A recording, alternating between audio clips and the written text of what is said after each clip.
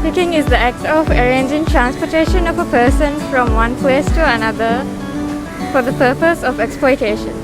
One of the many forms of human trafficking is forced labor, which is the main issue we'll be focusing on. Labor trafficking is the act of exploiting a person for the purpose of providing services. People working in any industry are susceptible to labor trafficking.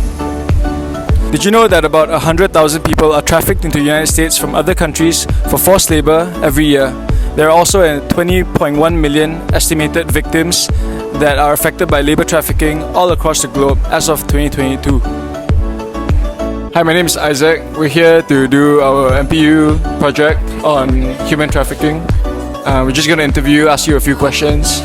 So could you first just introduce yourself? My name is Adrian. I'm from Finance and Economics. Hi Adrian. So let's start with the first question. Do you know what human trafficking is? Sort of. It's like people getting scammed or like getting moved to another country without their consent. Yeah. Okay. So second question. Do you think labor trafficking happens in Malaysia? Yes, I think it does. Okay, so third one is why and how do you think labor trafficking happens? I think it happens when young teens get scammed into a job that they think they are going to get in another country. Okay. So by comparing the USA and Malaysia, which country do you think has a higher rate of labor trafficking? I would say probably the US due to the difference in population size. Right, and also like the opportunities that they have there, right? Yeah. Okay. So, fifth question is, what do you think is the age group that is affected by labor trafficking? Probably those that finish their education, like maybe the 20s, around the 20s. So,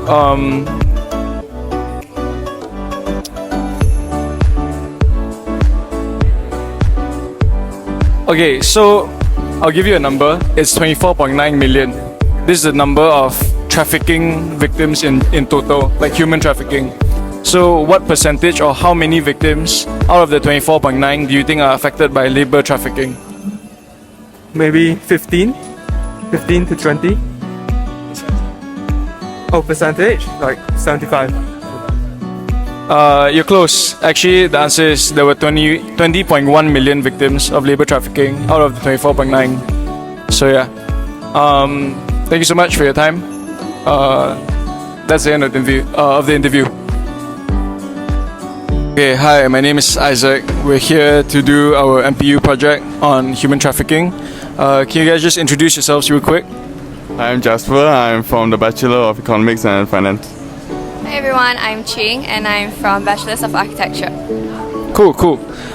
So we'll just start with the first question. Do you know what is human trafficking? And like, what do you understand about it? What I know about human trafficking is that it's illegal and you actually transport humans from humans as if they are objects of purchase. Yeah. Cool. Okay, moving on. Do you think labor trafficking happens in Malaysia? Yeah, definitely. Like even in the most normal places, I'm pretty sure human trafficking happens. Alright. Why and how do you think labor trafficking happens? I think it happens when people are desperate for certain wants, for example money, and they get tricked into this situation and they only realize that they've been trafficked after that. Yeah. Cool. So by comparing the USA and Malaysia, which country do you think has a higher rate of labor trafficking? I feel like the US has a higher rate of trafficking because I'm hearing the news like they're bringing people from Mexico that are illegal immigrants and stuff. So I think by comparison, the US has a higher rate.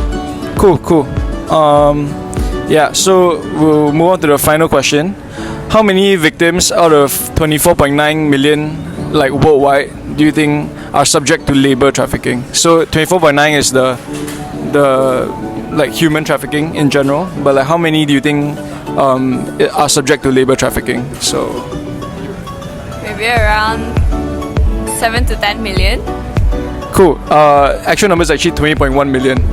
So yeah. Wow. That's bad, man. Yeah. That's horrible. That's horrible. Yeah. So thanks for your time. This is the end of the interview. Thanks. Thanks. My name is Patricia Widulutri and I'm from Bachelor of Patisserie Arts, and today I'm going to interview both of you guys about human trafficking in Malaysia and US. What are My name is Davin Valerian and I'm from Diploma in Communications. Okay. My name is Jessica Betrandus. I'm from Hospitality School. Okay, nice to meet you guys. Okay, for the first question, do you know what is human trafficking and what do you understand about it?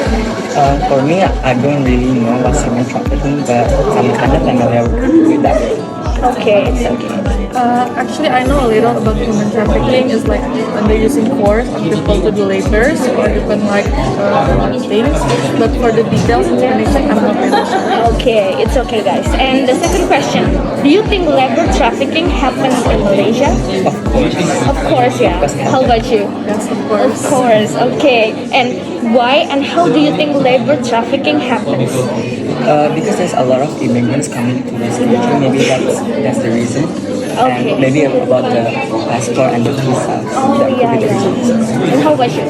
Same, when I saw like there's a lot of people who's probably like sleeping on the street, which is homeless, and usually they're the ones who got caught this forced to do the labor. Okay, okay, guys. And next question, by comparing the USA and Malaysia, which country do you think that has a higher rate of labor trafficking? Of course, USA. Of course, Yeah, because there's a lot. Oh, Yeah, because there's ethnicity. oh yeah, that's right. How about you?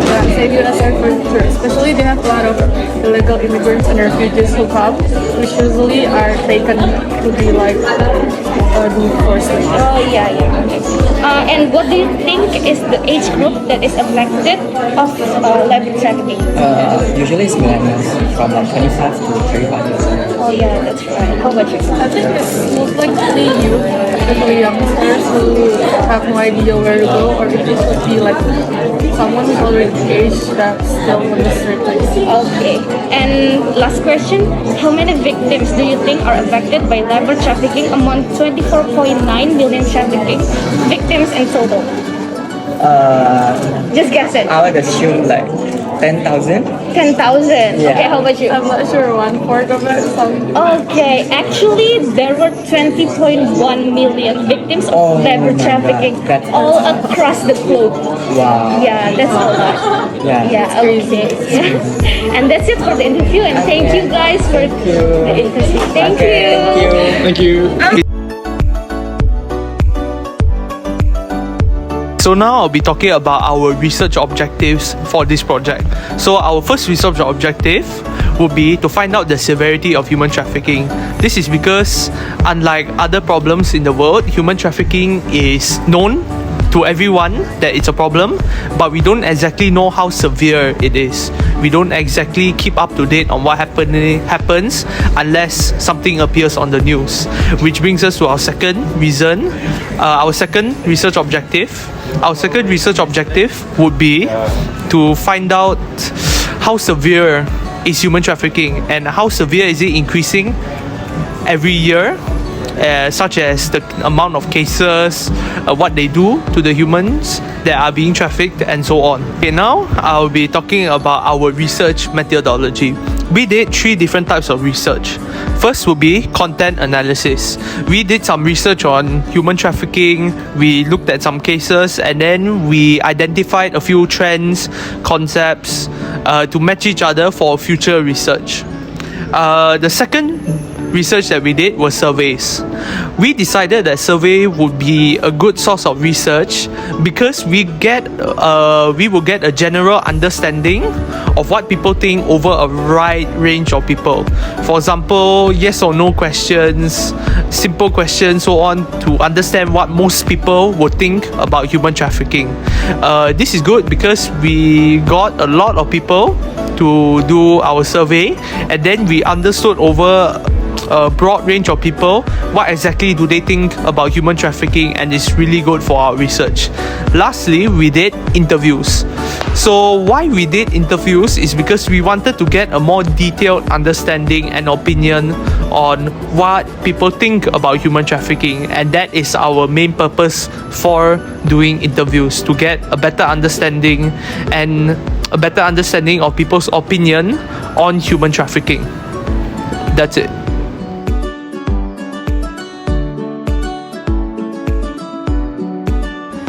end of the video, I want to say a few words on behalf of me and my group. Through this MPU assignment, we have learned a lot about how to communicate with our team members in order to accomplish our mission. Not only that, but we also want to do this video to make more people aware of the seriousness of human trafficking so that it can be reduced. Again, thanks a lot for you guys for watching this video. We do appreciate it very much. Thank you and have a nice day.